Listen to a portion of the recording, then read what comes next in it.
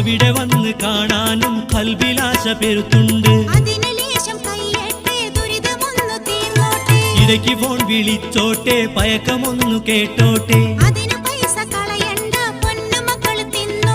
പുര പണിഞ്ഞു കഴിഞ്ഞില്ലേ, പഠിക്ക പാഠം വാങ്ങിയില്ലേ?